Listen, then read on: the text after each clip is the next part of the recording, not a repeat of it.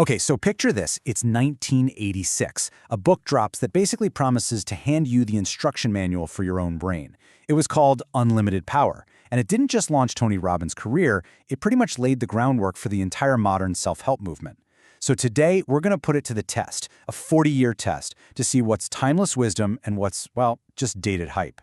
At the very heart of this book is a pretty radical promise.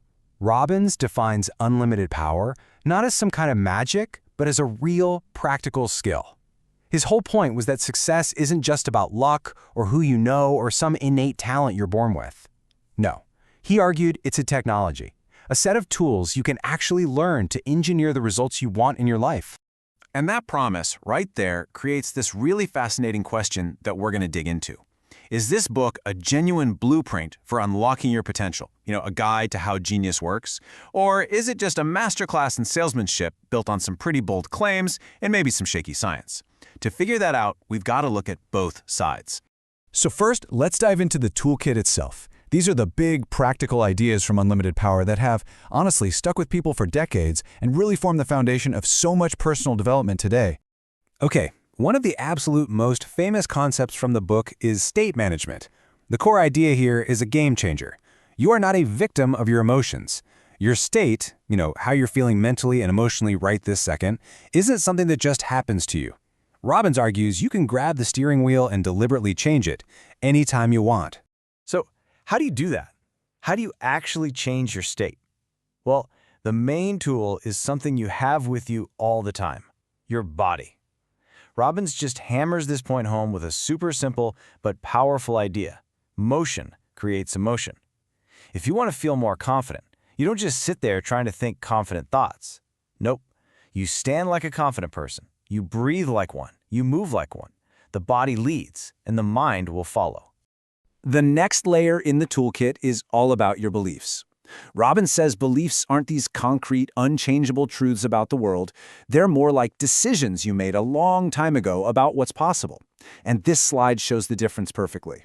A limiting belief, I can't, just shuts the door on everything. But when you reframe it as an empowering question, how can I? Well, suddenly your brain starts looking for answers and strategies. And that action is guided by what he calls the ultimate success formula. It's really just a simple feedback loop. Step 1, get crystal clear on what you actually want. 2, do something, anything to start moving. 3, pay really close attention. Are you getting closer or further away? And 4, this is the crucial part, be flexible. Change what you're doing until you get what you want. It's not about raw willpower, it's about being a smart strategist. And finally, we have the big idea that kind of ties this all together, modeling. Why try to reinvent the wheel and go through all that painful trial and error? Robbins' argument is simple. If you want a certain result, go find someone who's already got it. Figure out what they believe, how they think, their exact strategies, and then install those patterns in yourself. Because as he famously says, success leaves clues. Okay, so that's the Genius's toolkit. It's powerful stuff. But to get the full picture, we have to flip the coin over and really examine the salesman side. The bold claims, the hype, and the things that make you go, The single biggest question that's been leveled against this book, both back then and today, really comes down to its foundations. See, it leans super heavily on this framework called neuro-linguistic programming, or NLP. Robbins pitches it as a new science, but the actual scientific community, well, they've been, let's just say, a lot more skeptical. This table breaks down the main critiques really well. First, this intense focus on mindset can sometimes feel like it's ignoring real-world problems. Systemic barriers like inequality. Second, like we just said, the scientific backing for NLP as a whole is pretty mixed, to be generous. And third, this relentless optimism, the whole no failure, only feedback idea, well, for some people, that can easily slide into toxic positivity, making you feel like it's all your fault when you're facing real struggles. So, we've got the genius and we've got the salesman, the powerful tools and the questionable hype. What's the real takeaway for us, right now, 4 decades later? Where's the actual value in all this? I think to really understand this book, you have to understand this one number, 25. That's how old Tony Robbins was when he wrote it. He was an incredibly ambitious, absolutely brilliant synthesizer of ideas, but he was also young. And knowing that kind of reframes the book's insane confidence. It's not just a sales pitch, it's the sound of someone who has found tools that changed his life and is just shouting them from the rooftops with this incredible, infectious energy.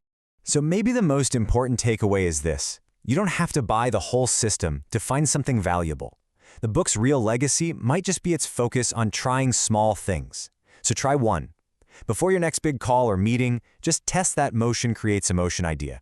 Or pick one limiting story you tell yourself, just one, and rewrite it as a question. See what happens. In the end, when you strip away all the 80s hype and the big, bold claims, you're left with this central provocative question that is just as powerful today as it was 40 years ago. It really forces you to look at the lens you use to see yourself and your own potential.